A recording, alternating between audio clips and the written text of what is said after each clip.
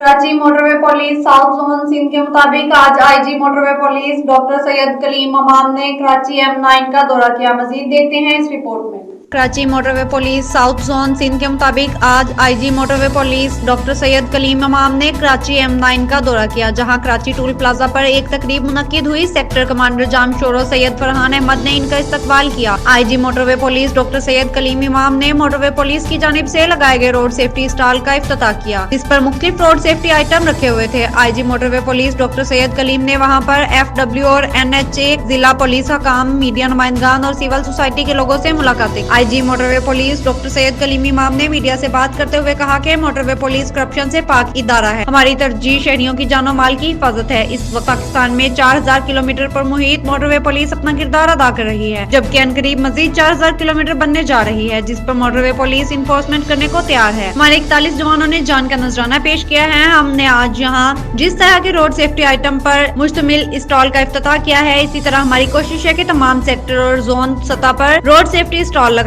ताकि सफर करने वालों में रोड सेफ्टी शऊर बढ़े और इनके इस्तेमाल से आगाही हो और रोड के हादसात से पहले इंसदादी कार्रवाई करने का मौका मिले।